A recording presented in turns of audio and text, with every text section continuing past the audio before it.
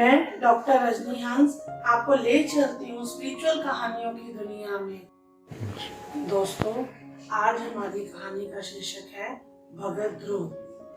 आपने भगत ध्रुव के बारे में सुना होगा, किस प्रकार भगत ध्रुव तारे के नाम से प्रसिद्ध हुआ। छोटी उम्र में बाल्यकाल की अवस्था में प्रभु भक्ति करनी शुरू कर दी, लेकिन एक छोटा सा बालक अल्प आयु में ही किस प्रकार प्रभु भक्ति की ओर बढ़ गया। तो आज मैं आपको भगत ध्रुव की कहानी सुनाऊंगी। भगत ध्रुव का जन्म राजा उत्तानपाद के महल में हुआ। राजा उत्तानपाद की दो रानियां थी, सुनीति और सुरुचि। सुनीति बड़ी रानी थी और सुरुचि छोटी रानी थी।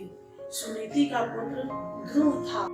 छोटी रानी बहुत ही ईर्ष्यालु स्वभाव की थी।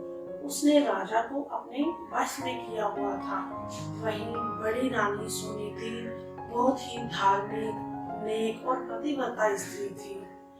जो छोटी रानी सुरुचि, वह ध्रुव को पिता की गोद में नहीं बैठने देती थी। एक दिन बालक ध्रुव बहुत ही प्रसन्नचित्त था।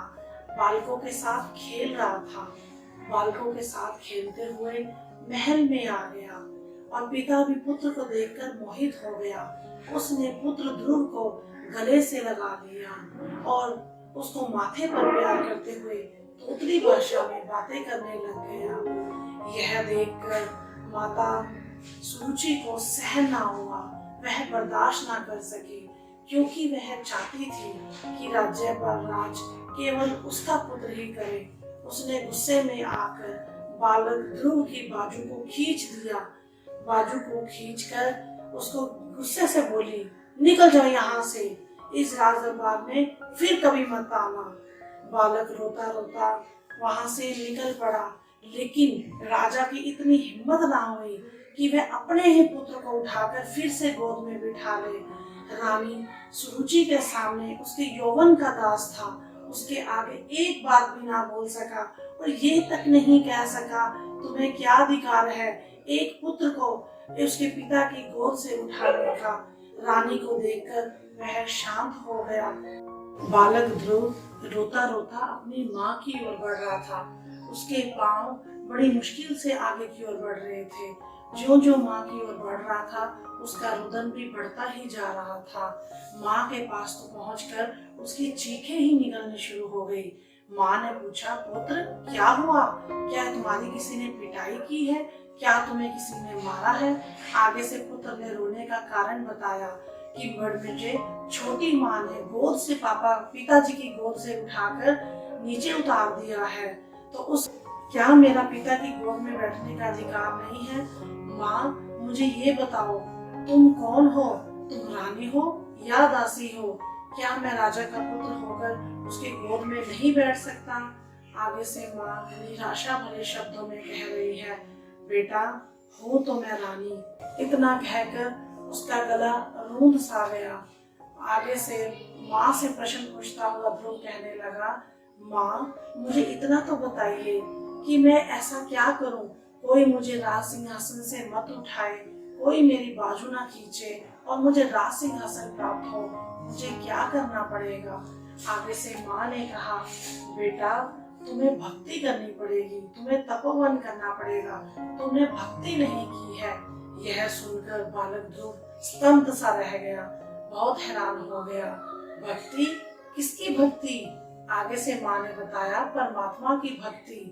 इतना कहकर रात का समय था, माँ सो गई, लेकिन बालक ध्रुव को नींद नहीं आ रही थी।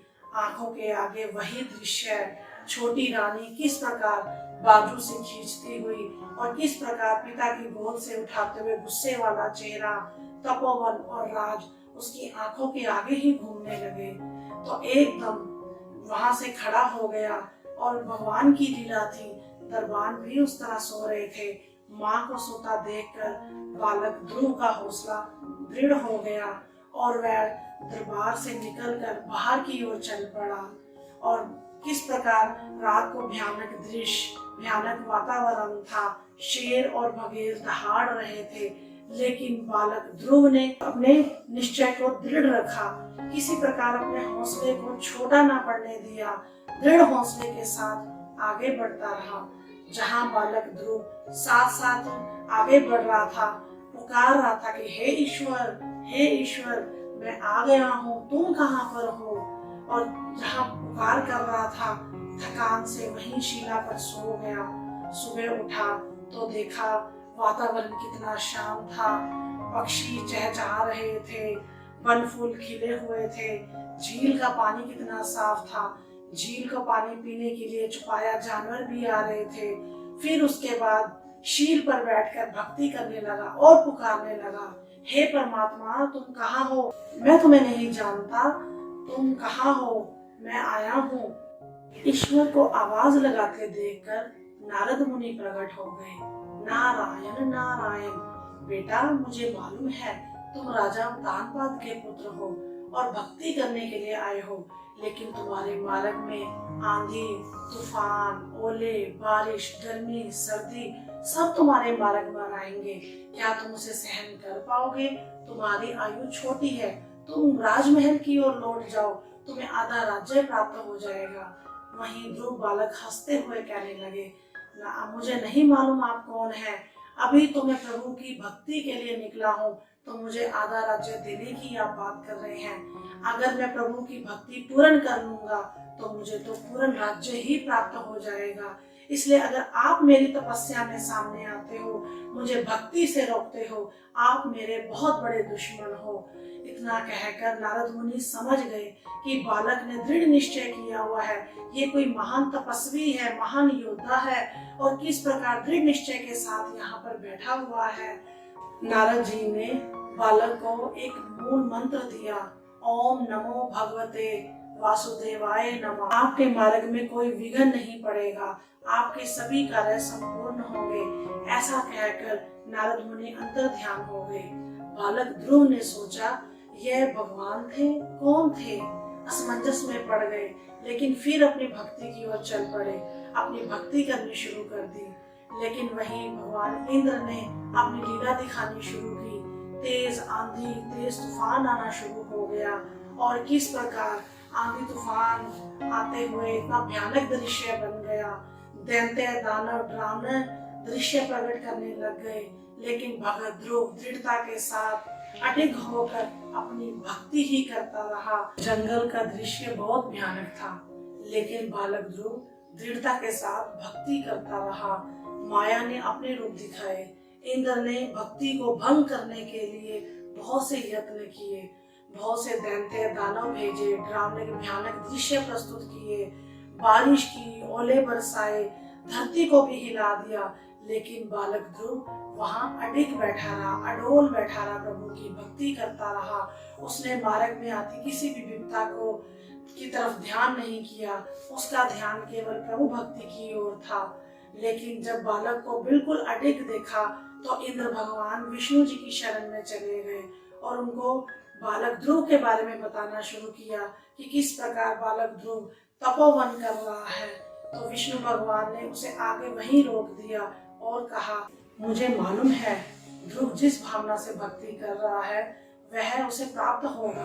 वह तुम्हारे राजमहल को नहीं लेना चाहता, वो तो प्रभु की प्राप्ति के लिए ऐसा सब कुछ कर रहा है, उसे मान यश सब कुछ हासिल होगा। यह सुनकर इंद्र जी हंसते हंसते अपने राजमहल की ओर चले गए। विष्णु जी ने भगत ध्रुव की भक्ति से प्रसन्न होकर उसे दर्शन दिए और कहा कि पुत्र, मैं तुम्हारी भक्ति से प्रसन्न हुआ हूँ, तुमने मेरा हृदय मोह लिया है। जब तक संसार है तब तक तुम्हारा नाम और भक्ति हमेशा अमर रहेगी, तुम्हारा नाम अमर रहेगा। जाओ और राज सुख प्राप्त करो। और बड़ बेटे को ध्रुव भगत को वरदान देकर राजभवन की ओर भेज दिया। वहीं नारद मुनि ने राजा उतानपाद को सूचित कर दिया। राजा उतानपाद अपने पुत्र को लेने के लिए रथ में आया। मंगलाचरण गाए गए, खुशी के गीत गाए गए और किस प्रकार राजा उतानपाद ने अपना सारा राज्य ही भगत ध्रुव को सौंप दिया। जो प्रभु की भक्ति करता है उसे उत्तम पदवी, मोक्ष और मुक्ति हासिल होती है। संसार में वो यश का पात्र बनता है। दोस्तों, अगर आपने हमारे चैनल को सब्सक्राइब नहीं किया तो अवश्य कीजिएगा और नीचे दिए गए कमेंट बॉक्स पर अपने सुझाव अवश्य दीजिए। हमारे चैनल की तरफ से 2 वीडियो आपके समक्ष आ रहे हैं, इन्हें भी जरूर देखिए और मैं आपके समक्ष नई नई आध्यात्मिक कहानियां लेकर आती रहूंगी। धन्यवाद।